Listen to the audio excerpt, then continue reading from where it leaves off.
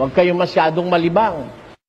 Lalo na yung mga nakakaintindi ng aral ng Diyos, huwag na kayong matakaw masyado sa pera, sa karangalan, sa babae, sa lalaki. Huwag na kayong masyadong matakaw sa mga bagay na makamundo. Panahon na ho para tayo magbago ng kaisipan. It is wise to be cautious. It is wise to believe on God o to believe God's word.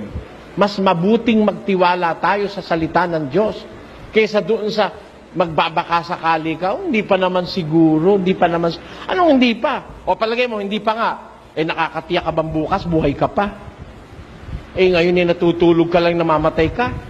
Biro mong babaksak yung eroplano, wala kang kamalay-malay, sa susudsuring ka pala ng eroplano. Natutulog patay yung mag-anak na natutulog dahil sa sinudsud ng eroplano Kaya nga buti kami dun sa amin, swerte kami dati. Walang eroplanong dumadaan ngayon, nagkaroon ng Clark International Airport. Naku, madalas na rin ang eroplano ron. Kaya ang panalangin ko sa Diyos sana pag natatapat sa bahay ko, wag naman sanang babaksak yung eroplano, no? Sana doon sa tapat na lang ng bukid. Siyempre, naaalala mo yung mga mahal mo sa buhay. Kaya bago ako matulog, nananalangin ako sa Diyos Diyos, bahala ka na po sa mga eroplanong babaksak. Naintindihan na ng Diyos yun. Kasi, delikado ngayon ang buhay ng tao Nasa bahay mo ikaw, hindi ka nakakatiyak, papasukin ka ng mga may Armalite, i-sprayan ka, masakir ang tawag.